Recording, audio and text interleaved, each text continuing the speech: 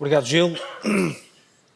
Começar por agradecer o amável convite que foi dirigido à Mobinov Cluster Automóvel para estar presente no evento, mas também ser membro do Conselho Consultivo desta importantíssima e interessantíssima agenda. Cumprimentar o Gil, Pedro Araújo, a professora Ana Reis, nos três que são, digamos, a força motriz desta agenda, cumprimentar todos aqueles que participam na agenda e que nos apresentam hoje os resultados de uma forma absolutamente transparente, mas muito eficaz. E eu queria começar com esta nota prévia relativamente àquilo que já tive a oportunidade de assistir. Costuma-se dizer que o primeiro impacto é aquilo que é o mais importante, porque depois determina o nosso pensamento para aquilo que vai acontecer a seguir.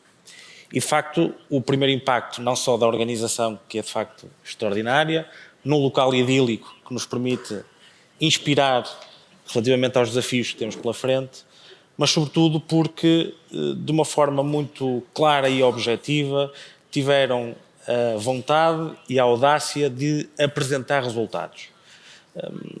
Há um estrangeirismo que costuma dizer do accountability.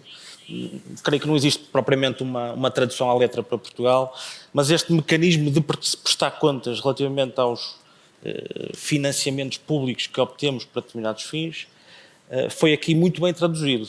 E ainda bem que tivemos aqui o representante do Governo a poder ouvir, não só aqueles que são os resultados evidentes, foram aqui apresentados, mas estão ali as provas, mas também aquilo que é o caminho que pretendemos continuar a desenvolver.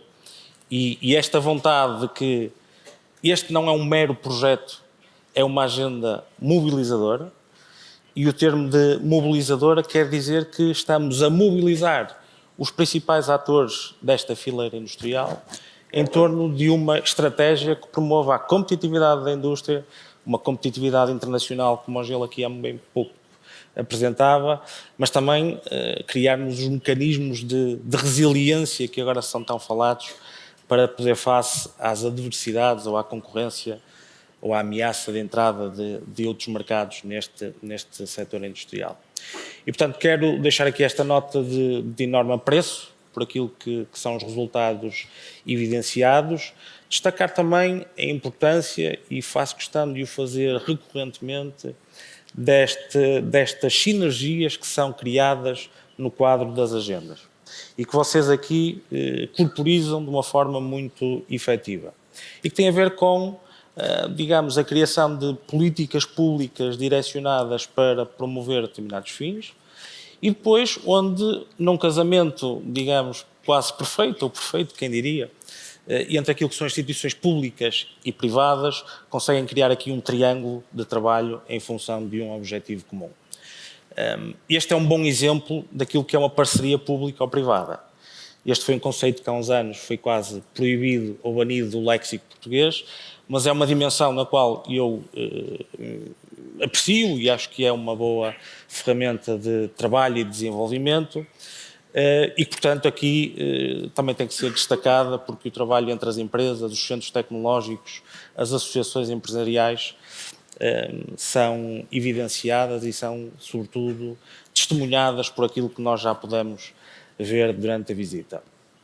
Relativamente ao desafio que lançaste na primeira pergunta, relativamente àquelas que podem ser as grandes tendências macro, digamos assim, no quadro da mobilidade, algo me parece que é absolutamente objetivo. É que a mobilidade, num futuro que já é o presente, é uma mobilidade integrada, elétrica e sustentável. E isto corresponde à matriz também estratégica que a própria Comissão Europeia tem desenvolvido e que esta agenda também corporiza, que é a dimensão sustentável. Apesar de tudo, temos aqui uma agenda que é uma agenda verde, onde a componente elétrica é cada vez mais o futuro também das próprias duas rodas e portanto, está aqui a ser sedimentada no quadro desta nova abrangência de mobilidade que está a ser criada. A mobilidade hoje é, digamos, um pilar central em qualquer definição estratégica de uma vida cotidiana ou até mesmo de uma vida de cidade, como já foi aqui partilhado.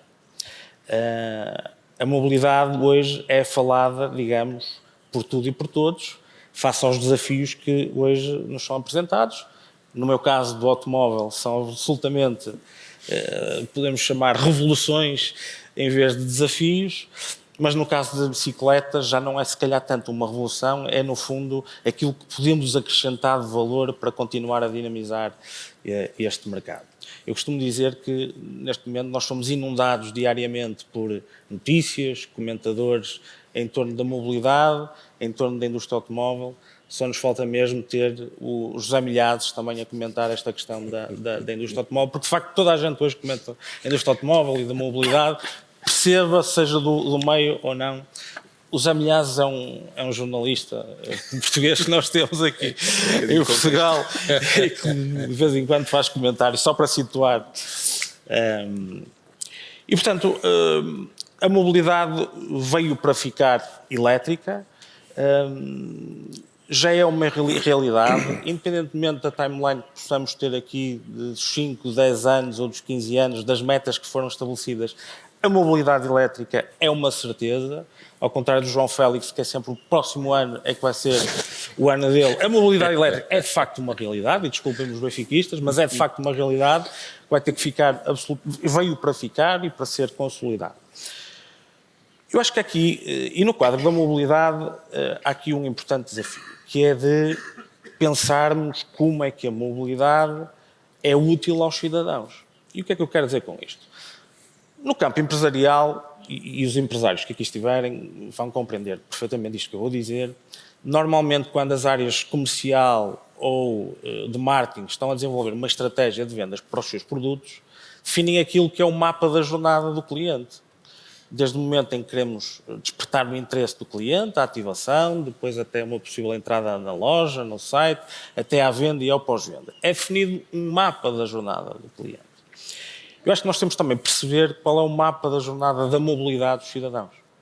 E, em função disso, criar mecanismos de resposta que atentem às necessidades das pessoas. Porque eu também, como cidadão, como todos vocês, temos as nossas necessidades. E eu não quero que se deixe de usar carro, quero que se continue a vender mais carros. Mas, de facto, o paradigma de uso, esse sim é que é diferente. Aliás, as projeções que existem é que o negócio da mobilidade no seu todo possa aumentar até 2030, 2035 em 30%. É evidente que não é com recurso à venda de carros, os carros vão continuar a ser vendidos, vamos continuar a assistir a aumento de vendas ao nível dos automóveis, mas não há razão daquilo que estávamos habituados, a um nível muito mais baixo, provavelmente 2 ou 3%. O que quer dizer que há aqui um novo mecanismo, ou um novo modelo de negócio que vai ser criado em torno da mobilidade e que nós temos de saber aproveitar. Um deles é perceber, de facto, quais são as necessidades dos cidadãos. Eu gostava de muito vir, eu moro em Famalicão, por exemplo, gostava de vir e trabalhamos no nosso escritório em Matosinhos, gostava de vir até Matosinhos e depois poder deixar o meu carro e se calhar circular até o meu escritório numa bicicleta. O que é que eu preciso? De um parque de periferia. E é isso que as cidades hoje em dia se calhar ainda não têm capacidade para responder. Criar soluções alternativas onde eu possa integrar a minha mobilidade de carro, porque de comboio demora-me 1 hora a chegar aqui, eu não posso ter 1 hora de comboio, mas perceber que eu posso chegar de carro à entrada de Matosinhos, ter um parque de periferia onde depois pego na Maria, por exemplo, ou noutro veículo e transporto até ao escritório e com isso alivio a pressão das cidades. E, portanto, há aqui um desafio que é importante, que é de perceber, e este desafio já não é a longo prazo, porque já não é só das grandes cidades europeias ou em Portugal, do Porto ou de Lisboa. Eu conheço bem o quadrilátero urbano de Guimarães, Braga, Barcelos e Famalicão, e são cidades de média dimensão que já estão a ficar absolutamente pressionadas pelo congestionamento pelo trânsito. E, portanto, é importante também criar estes mecanismos, já não é só para as grandes cidades europeias ou para as grandes cidades dos vários países. As cidades de média dimensão também já sofrem com esta pressão e, portanto, é preciso começar a criar estes mecanismos que traduzem aquilo que se designou por mobilidade como serviço, Mobility as a Service. Porque a integração nestes vários mecanismos de mobilidade são uma das respostas importantes para podermos criar soluções para a dita jornada de mobilidade dos cidadãos. Miguel, deixa-me fazer uma maldade. Tu referiste que o Mobinov era o cluster do setor automóvel, mas recentemente mudou para o setor automóvel e da mobilidade. E a Abimota faz parte também agora do Mobinov e eu sei que temos andado atarefados, eu em especial noutros projetos, temos nos encontrado pouco, mas o que é que a Mobinov pode ajudar a desenvolver também ainda mais o cluster da mobilidade, e em especial naquele que nos toca aqui, da mobilidade suave e das duas rodas. Muito bem, Gil. Se me permitires, antes dessa maldade, eu ia recorrer a uma anterior maldade, que é não me teres feito a pergunta que fizeste ao Marcílio, que é do que é que a União Europeia pode fazer para ajudar a indústria automóvel, que é uma coisa que eu gostaria muito de poder responder, se me permitires, muito rapidamente. Há uma frase que diz: os Estados Unidos inovam, a China copia e desenvolve, a União Europeia legisla e regula. Aquilo que nós precisamos é de mais inovação, de mais desenvolvimento, de mais investimento e menos regulação e menos leis. Sobretudo quando a quantidade de leis não é equivalente à qualidade das mesmas. Nós vivemos quase que diariamente num turbilhão legislativo que quer regular uma atividade específica do automóvel, mas também num quadro mais abrangente da mobilidade. E quando privilegiamos a componente legislativa em detrimento daquilo que é a componente industrial e de uma questão também até de tendências daquilo que é a percepção do negócio, temos aqui um desfazamento. O que é que eu quero dizer com isto? É importante existir um alinhamento das metas com a nossa realidade industrial. Nós não podemos simplesmente definir metas e depois dizer a tudo o resto que está na cadeia vão atrás das metas porque alguém definiu de uma forma o tanto ou quanto esotérica que eram estes objetivos para cumprir. Nós estamos absolutamente alinhados com os objetivos da descarbonização e da transição verde. Aliás, a maior conquista é quando existe já uma alteração cultural e comportamental nas pessoas relativamente a estas tendências. E já são prévias à pandemia e até à própria guerra da Ucrânia, que também veio acelerar aqui, nomeadamente, o processo de transição energética.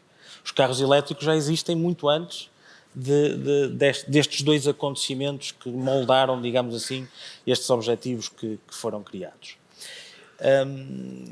Basta ver, por exemplo, os mais jovens, hoje já têm uma perspectiva de mobilidade diferente daquilo que eu tinha quando tinha 18 anos, 19 anos.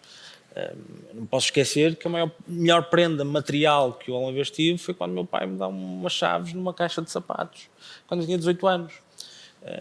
Os meus primos hoje, com 18 e 19 anos, já não querem saber disso para nada, porque já têm uma concepção e uma perspectiva de mobilidade completamente diferente. Mas a mobilidade elétrica, como dizia há pouco, ela veio e está para ficar. É um processo que tem que estar alinhado com estas necessidades da bateria, porque nós não podemos estabelecer metas se depois não temos capacidade de produzir baterias, ou quando sabemos que 70% das baterias são importadas da China. Não podemos ter estas metas quando a nossa capacidade produtiva ainda não está preparada para alinhar com estes novos produtos ou com uma dimensão destes novos produtos. Aliás, nós em termos de indústria automóvel, fala-se de uma grande crise, mas a grande crise é em termos daquilo que é a transição para os veículos elétricos, porque ao nível das vendas dos componentes para os veículos a combustão, elas continuam a proliferar e vão continuar.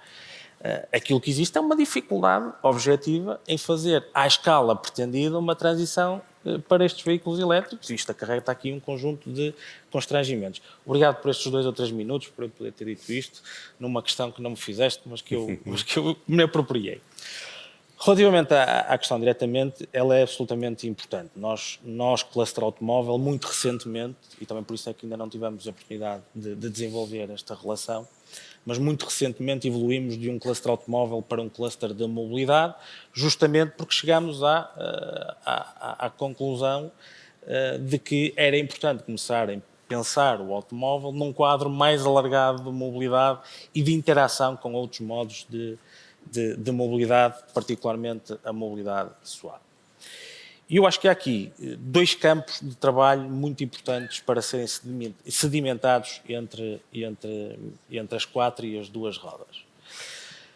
Uma delas é nesta relação que já tínhamos falado, de como é que a mobilidade pode ser efetuada pelos cidadãos no quadro das quatro rodas e conjugada no quadro das duas rodas.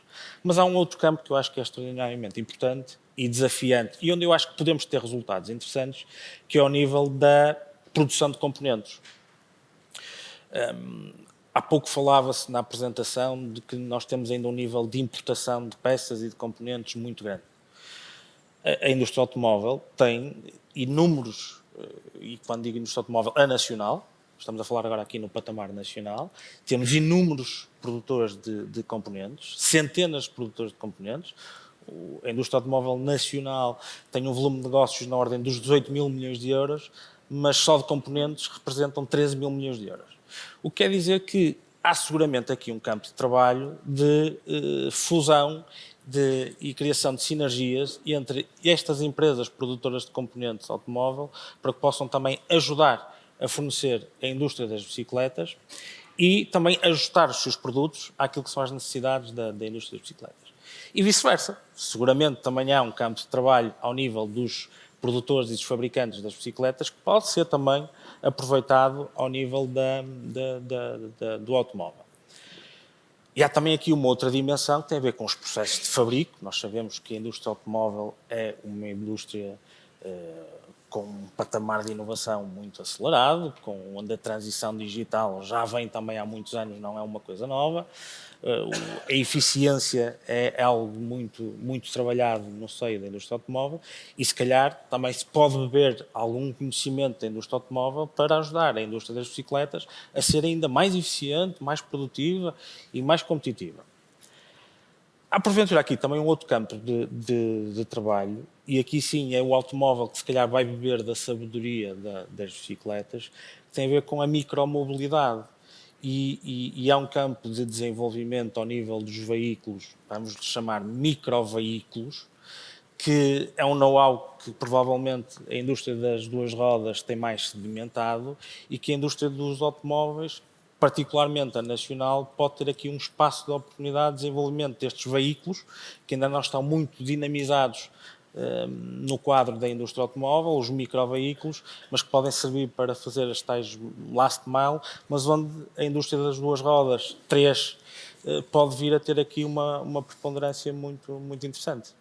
Muito obrigado a todos. E agora abria a discussão à plateia. Questões? Bom dia. Se calhar fazia uma pergunta para o Marcílio e para o Miguel Araújo. Há pouco tempo foi publicada a Mobility Transition Pathway, que define a estratégia de mobilidade para a Europa para o próximo período, que irá definir as políticas de investimento. Pela primeira vez a bicicleta fez parte do painel de discussão.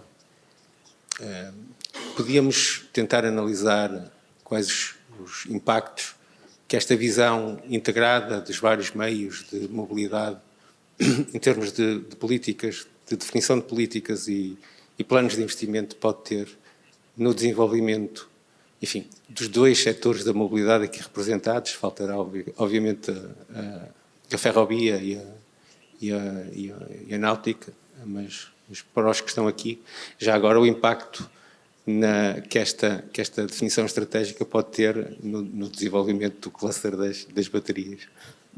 Obrigado. Miguel. Só muito rapidamente, para fazer aqui um sublinhado àquilo que foi dito e que subscrevo. Este pacto, vamos lhe chamar desta forma, que foi lançado, tem a particularidade, julgo eu, que pela primeira vez dá uma importância à indústria das bicicletas sob o ponto de vista oficial e que me parece absolutamente relevante. Até aqui pensava-se só em automóvel como a solução da mobilidade e agora dá-se aqui uma relevância às bicicletas e esta é uma novidade importante a esse nível. Mas, mais uma vez, recuando àquilo que já fomos dizendo, esta questão da mobilidade, quais são os dois grandes vetores de disrupção que existem na mobilidade? Uma é ao nível das cadeias de abastecimento, outra é ao nível da cadeia de valor. Ao nível das cadeias de abastecimento, as tensões geopolíticas que vemos nos últimos anos têm afetado o fornecimento e a entrega de matérias-primas, seja o que for, o transporte, a logística desempenha aqui um papel absolutamente determinante. E agora estamos a passar de um capítulo de globalização quase desenfreada para um aspecto mais de regionalização de cada economia. Mas ao nível da cadeia de valor, o trabalho que nós temos que desenvolver, e aqui quer o automóvel, quer as duas rodas estão de braço dado, é de apresentar propostas de valor que nos permitam ter produtos e soluções de elevado valor acrescentado. Nós, por exemplo, em Portugal, tanto no automóvel como nas bicicletas, porventura, somos muito fazedores e somos pouco criadores. E eu acho que nós temos que aproveitar agora estas novas dinâmicas, estes novos desafios e transformá-los em oportunidades, que é de evoluirmos de um paradigma de made in para um paradigma de created in. Porque quanto melhor posicionados estivermos na cadeia de valor, mais dificuldade vão ter os chineses em entrar na nossa cadeia de valor. O nível de ameaça é mais baixo. Ou então, se ela existir, a nossa capacidade de recuperação já é maior. E, portanto, acho que nós temos de fazer aqui um esforço, e esse esforço é exatamente este, de, por exemplo, ao nível nacional e europeu, naturalmente, transformar-nos num verdadeiro hub de mobilidade, onde a inovação e o valor acrescentado são uma evidência. Nós não vamos nos diferenciar só porque fazemos, porque o Michael Portas explicava isso, ou é pelo custo ou é pela diferenciação. Nós não vamos pelo baixo custo, vamos a ir pela diferenciação, sendo que se a diferenciação também estiver acoplada ao baixo custo, melhor ainda, quer dizer, conseguimos vender e ter lucro de outra forma. E, portanto, eu acho que o caminho tem que ser inevitavelmente, o caminho faz caminhando, mas não se faz por decretos, faz por outro tipo de inovações. Mais uma questão, Isabel, e ficaríamos por aqui.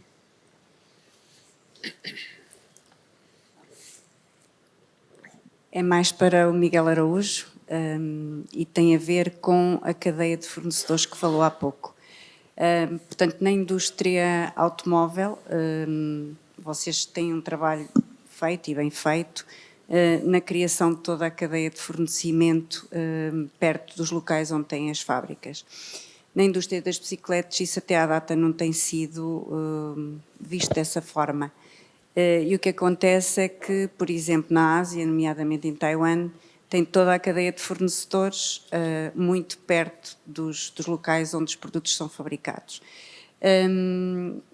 Não sei se é algo que, em termos da Abimota, se pode, enfim, promover para o futuro, haver aqui uma partilha com o setor já desenvolvido e, neste caso, com a Mobinov, para que haja uma parceria no sentido de a indústria da bicicleta ter igualmente acesso a essa cadeia de fornecedores, que é algo que realmente nós vimos sair, principalmente da Europa, não é? Os fornecedores foi tudo embora para Taiwan e para a China, e atualmente estamos um bocadinho em determinadas áreas mais com, digamos, uma situação mais deficiente do que eles. E, portanto, era essa a minha questão e este desafio, no fundo, quer para a Abimota, quer para a Mobinov. Muito bem, a pergunta aqui podia ser para os dois. Exato, é para os dois mesmo. Mas de facto aqui este é um dos exemplos onde existe um campo de trabalho onde ambas as indústrias podem beneficiar da colaboração. Até porque a logística é um pilar absolutamente essencial para que possamos também ser mais competitivos. E a indústria automóvel conseguiu, por via da logística, muitas vezes ser competitiva e consegue estar próximo dos centros logísticos. E se calhar é algo que a indústria das duas rodas vai ter também que que aprimorar. Eu recordo, por exemplo, há bem pouco tempo estive envolvido nisso e em Famalicão está a ser construído o maior porto seco da Península Ibérica e perto da Continental. Porquê? Para permitir que os produtos que ali são desenvolvidos tenham um fluxo de transporte muito mais eficiente e adequado às necessidades. Mas eu julgo que já terei lido também que no quadro da M2R a questão da logística está a ser trabalhada e preparada no sentido de... Porque esse é de facto um pilar essencial ao nível da competitividade. Nós podemos ter tudo bem controlado até à porta de saída da fábrica, mas depois sabemos muitas vezes que os produtos perdem competitividade por falta de condições logísticas e, portanto, Gil, temos aqui muito trabalho para fazer. Portanto, reserva tempo na tua agenda que eu vou fazer mesmo.